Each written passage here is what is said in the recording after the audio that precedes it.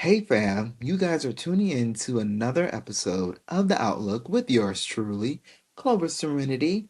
And before we have our conversation today, I want to highlight that it's the first episode of the new year. Happy New Year! I hope you guys have had a great holiday season with your loved ones, and I hope the new year has been treating you guys so well. I know it's been a while since the last episode. I know, I know. But all I ask now from you guys is some grace. The holiday season is such a busy time, as you guys know, that it got so busy to the point where I couldn't show up for you guys the way I would like to while navigating a hectic schedule.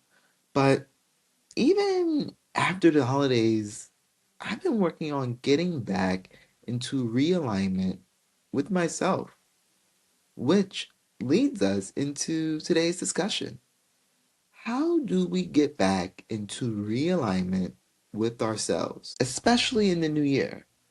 Because the new year always begins with so much optimism for change and growth. And looking back over the past year, a year that for me started out great, but then took a drastic turn towards the second half of the year, I've made it my business to get back into realignment with myself. Y'all know the first month of the year is the most heightened part of the year in our culture to simply do better, to establish your goals and commit to them, assessing your own values and how that will shape the year for you.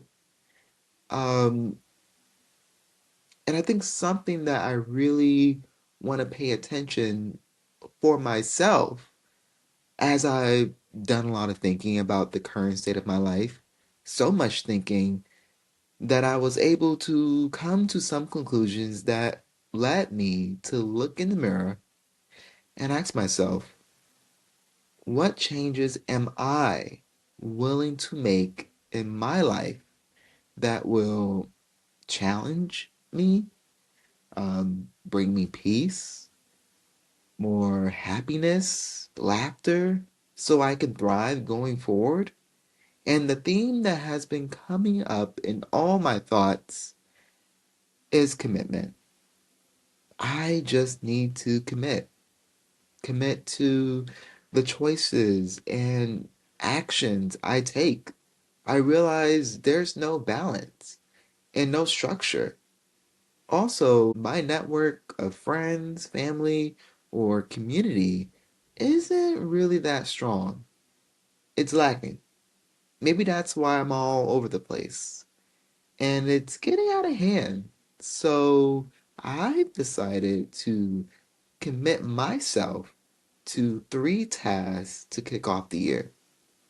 First, I decided to choose a book from my library that I haven't read and finish it within the first 2 months of the new year. I want to get back into my reading routine because that's when I'm calm outside of sleeping. Plus, I write a lot, and I strongly believe that you cannot grow as a writer in whatever medium if you are not reading and willing to stretch your brain. It's paramount. Two, committing to building a tangible savings account. Um, Recently, I decided that from the very first paycheck of the year, that I was going to start subtracting $20 from my bank into cash from an ATM or go to the bank directly and put it into a safe or a safe space where I can lock away in my home and accumulate $20 each week over time and hope that after month four, I can have a decent, tangible savings account for myself that I don't have to immediately run to the bank in case of an emergency. But also, it's always a good idea to create great saving habits when it comes to your money, especially in the fraught times that we are living in, because anything can happen. Anything can happen.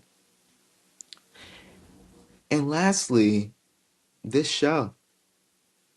I really want to continue to show up for myself and for you guys when it comes to this program because I believe if we keep up with this, like really keep up with this, then some great things will come out of this.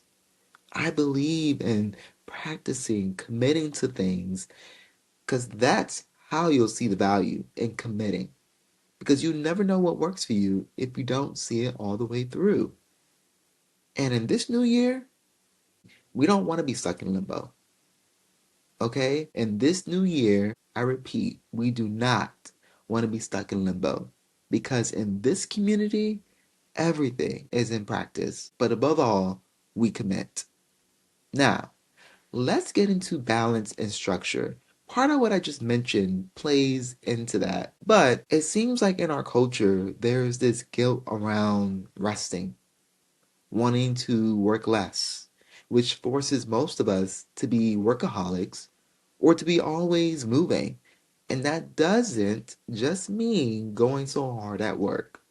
But when you are not at work, having to always be doing something to be productive and then convincing yourself that you're being effective is so backwards. There is no benefit to that whatsoever. And for me, living in New York, it's like you're always tight for time, always on the go, that it feels like you can't breathe. I want to be able to breathe this year and take my time. In one single week, I should be able to go to work, go to the gym consistently, have time for my friends, write, read, have my hobbies, keep up with every crisis that's going on in the world, and not feel like I've been hit by a bus by the end of the week. That's not a way to live. And I think it's gotten to a point where since we live in this capitalist society, that we are now gasping for air and we are doing nothing about it.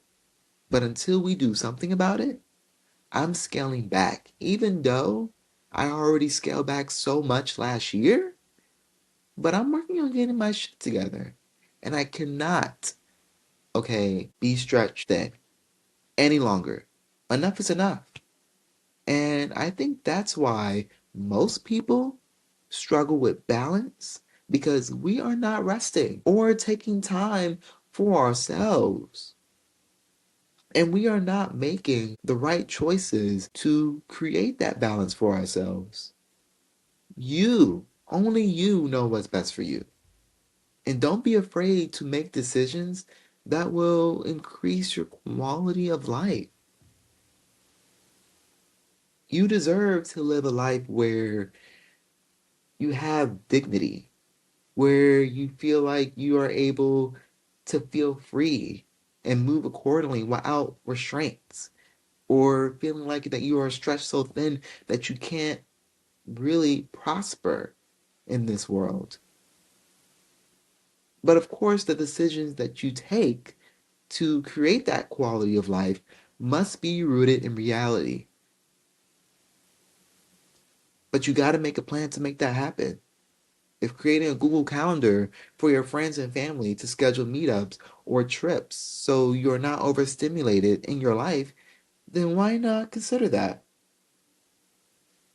It doesn't make you come across as being better than everybody else because you want to be more organized and put together.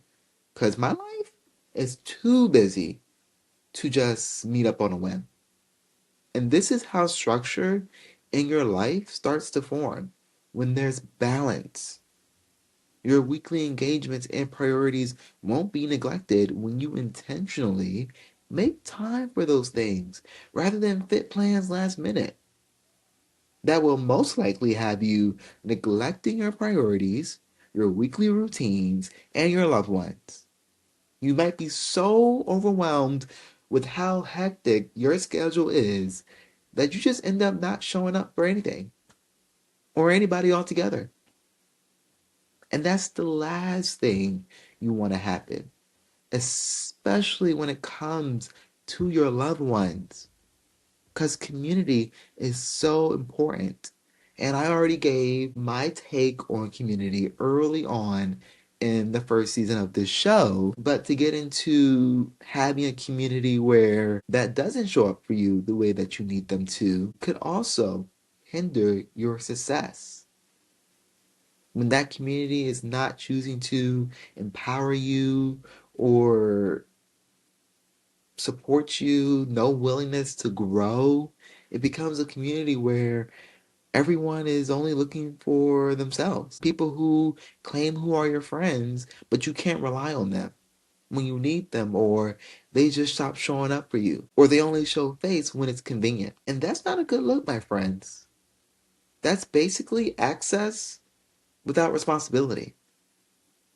And you might want my time and energy, my advice, or perspective on many, many things. But when there's conflict, hardship, or any imbalance in my life that suddenly comes, I don't matter as much. Being an opportunist is also not a good look. I inconvenience myself numerous times to where I shouldn't be at a point in my life where I feel like just a small percentage of the community that I worked so hard for, or I thought I worked so hard for, can't return that same grace. Maybe this isn't a community that I have around me. It's a facade. I mean, sometimes we have to start calling out the things in our life for what it truly is and have no problem doing that. Because how else are you going to move forward in your life if you're not recognizing that there are things going on in your life that is not helping you? And it's okay, at least for me, because I have no problem starting from scratch because it's a new year. And I want y'all to understand that you cannot be successful going forward at this point in your lives, especially in 2026, if you can't rely on your community. You might have to reevaluate your network and decide whether the community you are currently in is working for you or not. So you know if it might be appropriate for you to jump ship and find a community that will. I don't know how you can call someone a friend in your life if you can't rely on them. I don't know if you can be a part of any group, organization, clubs, if no one cares to look out for each other or support one another. Like, what are we doing here? Can we get on the right track? Do y'all know the terrain we are currently living in? This is not the time to not have community, not the time to have a community that is not legitimate. This is the time where we have to be supporting each other because shit is about to hit the fan. And when it does, all we have is each other. And with that message, this concludes this episode of The Outlook. Thank you guys so much for tuning in. And those of you who waited for me to come back, I really appreciate it. Thank you guys for giving me some grace and the space to get back into realignment with myself so I can come back and show up for you guys in a way that I can be proud of. And stay tuned for the next episode. Bye, guys.